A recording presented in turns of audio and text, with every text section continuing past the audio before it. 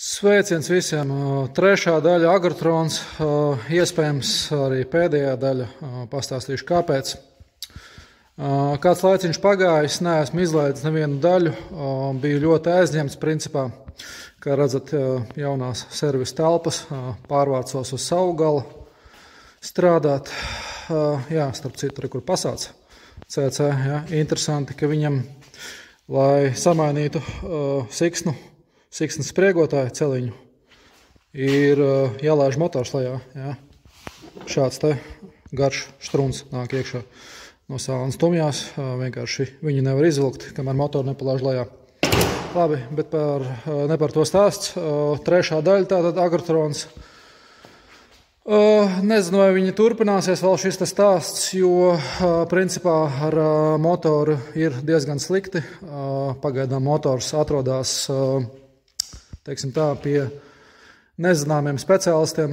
Es vairs nefigurēju šajā te pasākumā, jo saimnieks izdomāja vest šo te motoru, teiksim tā, ja, kapitālo remontu, ja, pa lēto.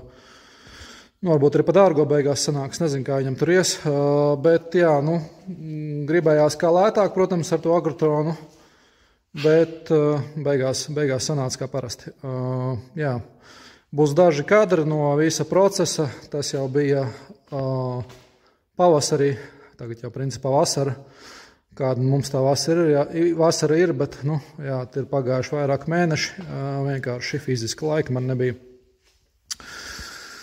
Varbūt kāds teiks, es esmu vainīgs, jā, pie visa šitā pasākuma, bet traktora īpašnieks bija brīdināts, ka šāda situācija var sanākt.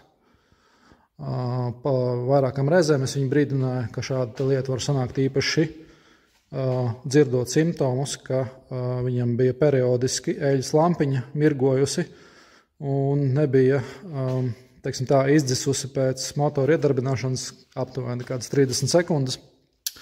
Tā kā man jau bija aizdoms, ka šādi te var gadīties, vienkārši noņēma eļas sūkni un pavērās tāds skats, kādu jūs tūlīt redzēsiet.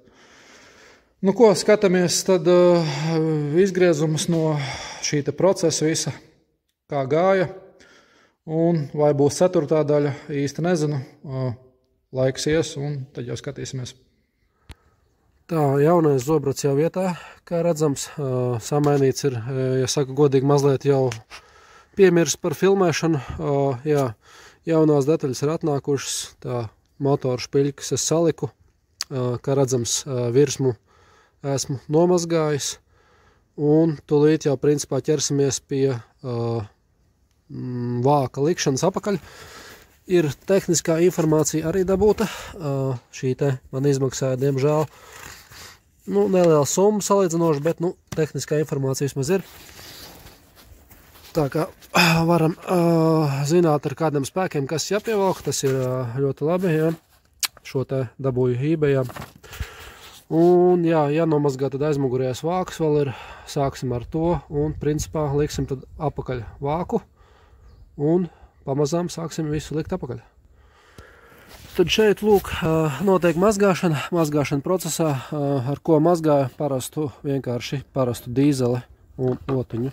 Un tad šādā veidā mazgāja šos te eļas uzdaģus, pēc tam ar breiklīneru visu notīru, un tad jau arī lieku atpakaļ.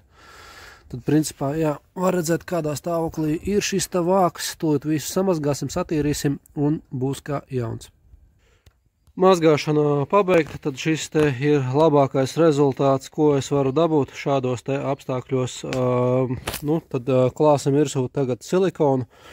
Teorētiski pēc grāmatas šeit nebūtu jāliek silikons, jo redzēt, kad šo te silikonu uzliek šādai lielai detaļai, pēc tam ir ļoti grūti šo te vāku dabūt nost, tad tur ir speciāls hermētiķis, teiksim tā, kurš paliek ciets, un tad demontējot šo te vāku, viņu ir salīdzinoši viegli atdalīt, bet šajā gadījumā es domāju, šī ir pirmā.